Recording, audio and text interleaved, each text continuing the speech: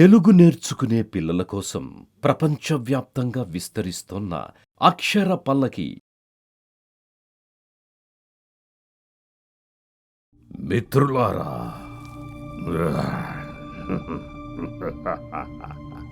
మూగజీవులే తమ భాషలో మాట్లాడుతూ ఇతర భాషలు నేర్చుకుంటున్న తరుణంలో చైనా, జపాన్, రష్యా లాంటి దేశాలు తమ మాతృభాష తరువాతే ఏదైనా భాష అంటున్న నినాదం, ఆ విధానం మనందరికీ ఆదర్శం.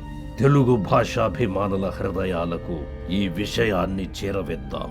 మన మాతృభాష తెలుగును కాపాడుకుందాం, భావితరాలకు చేరవేద్దాం. తల్లిని, తల్లి భాషను, దేశాన్ని, దేశ భవిష్యత్తును మరిచిపోతున్న మీరు ఏం మనుషులో ఏమో. మమ్మల్ని చూడండి, మా భాషలో మాకు పట్టుంది.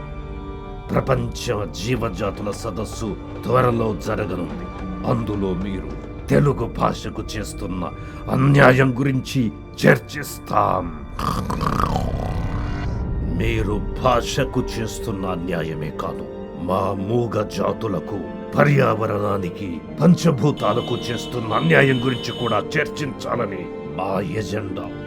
ఇకనైనా మీ ఆలోచన మార్చుకోండి, లేకుంటే మీరు సర్వనాశనమవుతారు. ఈ ప్రపంచము సర్వనాశనమవుతుంది. మీరు సుఖశాంతులతో బతకండి, ఈ ప్రపంచాన్ని బతకనివ్వండి. మాలాంటి మూగజాతులపై కరుణ చూపండని వేడుకుంటున్నాం. మా జీవజాతుల పక్షాన మీ అందరికీ మా ప్రార్థనలు తెలియచేయండి.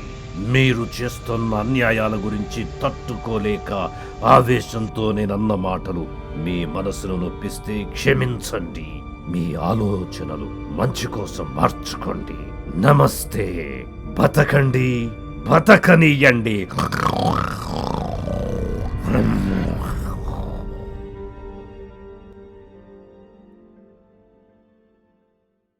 అమ్మ భాషను కంటికి రెప్పలా కాపాడుకుందాం.